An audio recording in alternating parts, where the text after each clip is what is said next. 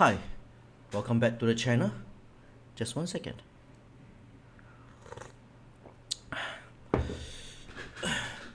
Okay, let's talk about something interesting. Um, let's talk about Bitcoin and the ETF. So far, of course, we roughly know what is Bitcoin, but what is Bitcoin ETF? So let's compare. Bitcoin ETF is like an exchange traded fund that usually tracks the price or the spot of ETF, the fund that basically holds the Bitcoin. For example, it's like having an elder brother holding your home keys when you're little. You're owner of that house, but you can't enter without your brother. So basically and literally, the ETF is like your brother. Without your brother, you can't access your ETF or your Bitcoin. So what are the pros and cons for the ETF? So for the pros, it's easier learning curve. You do need to learn self custody, which is actually quite dangerous. And it's similar like the stock market. You just select the ticker and you just press buy. You don't need to learn so much about Bitcoin because it's basically just buying the fund, the ETF, and it's lesser volatility usually compared to Bitcoin. That is the pros I can think of as of now. But what about the cons of the ETF? The cons of ETF is more like if you're a gold bug like me, ETF is like a fool's gold. You, you keep on buying the same the Bitcoin, or in this case gold, but you're chasing the same amount, but you don't really sure whether there is the asset that backs it up, and it's centralized. You think about it, it can be confiscated like 1930s of the U.S. government, the executive order of 6102. It can happen. I mean, it can happen back then. It can happen now. It's almost the same thing. It's just different asset. And one con is you might lose your Bitcoin if the company that owns it goes under or went bankrupt.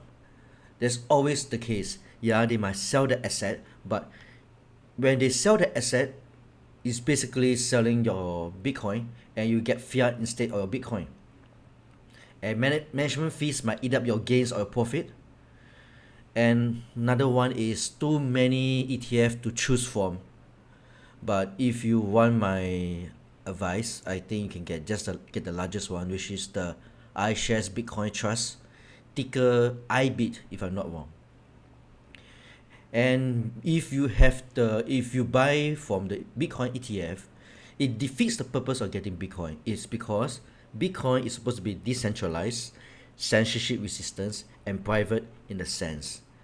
And the worst of all I can really think of is it closes on weekend and public holiday. I mean, Bitcoin is supposed to be run 24/7, 365 day. Okay, what about the pros then for Bitcoin?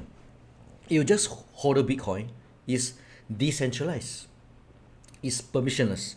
You don't need any bankers or middlemen to use Bitcoin or to own Bitcoin. It's peer to peer. You can send to one person to the other anytime at any given time, and it's borderless and portable. You can use it anywhere, any part of the world, as long as you got internet.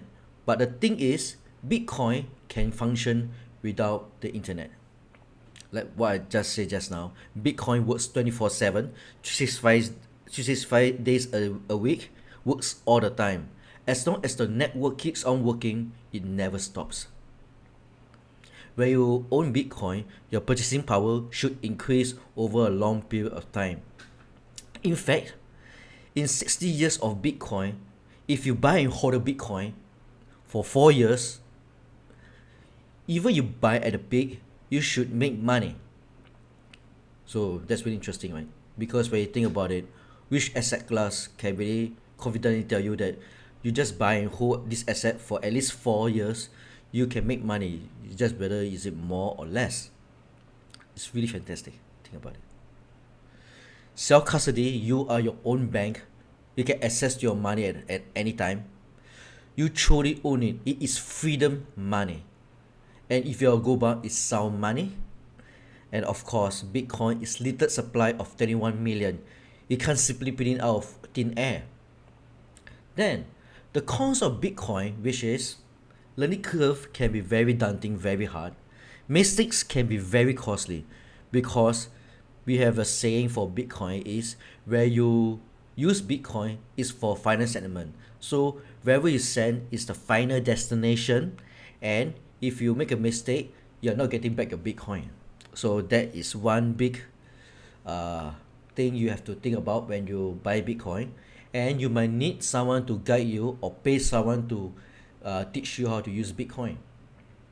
And in the Bitcoin and crypto world, scams are everywhere. So you really have to be careful and pay extra attention. And one thing is, Bitcoin could be oscillate. So that's why you have to understand, you have to be in the know.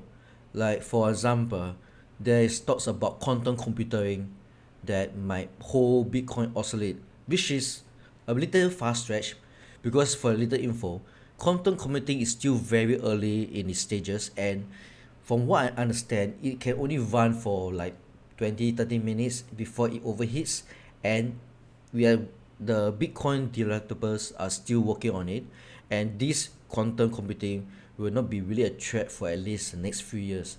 So by then we may have came out with a solution. So that's about it. Think about it.